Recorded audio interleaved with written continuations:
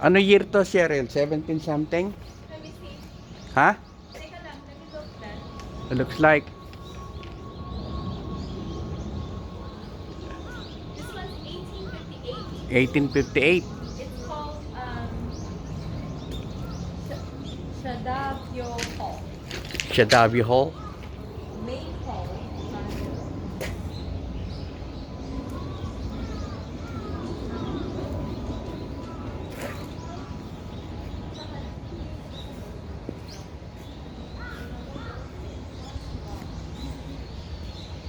Dati tingnan mo yung loob.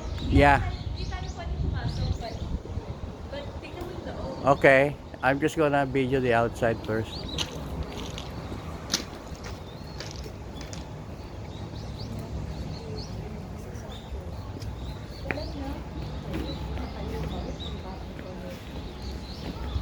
Structural nila. 1873? Tignan mo yung mga ano. 1858, Dad. 1858. Buddha Temple. Pero nandun sa loob, oh. Lahat yan tunay, wag nating hawakan. Look at the smell. Smells antique. Madilim lang ang loob. Pero tingnan mo yung loob. Amoy mo yung ano, amoy probinsya. Madilim, may madilim. Ano, meron dito sa ano.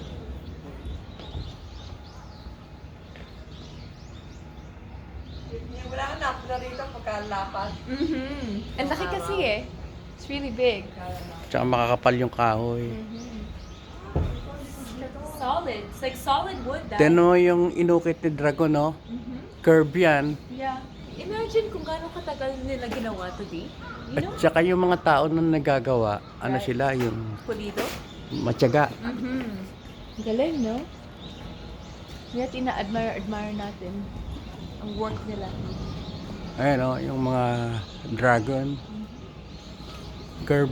Napaka-details. Like, tingnan mo ba yung mga lantern? Ang lalaki ng lantern nila. Yeah.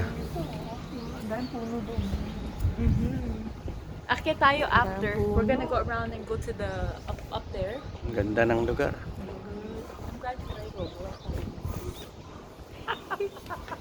Tsaka ang mga Hapon, tahimik sila. Hindi sila maingay na katulad ng Pilipino. Napansin niyo? Binigyan nila ng suporta yung Paligid. yung mga curve.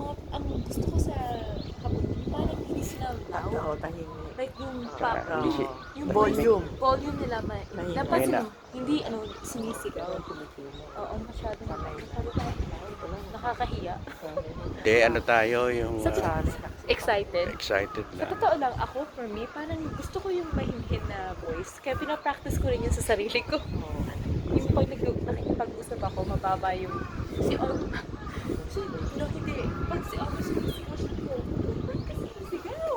Na ano ko, nasistress ako sa kanya. Sigaw yung maingay? Hindi, yung loud siya lagi, yung volume.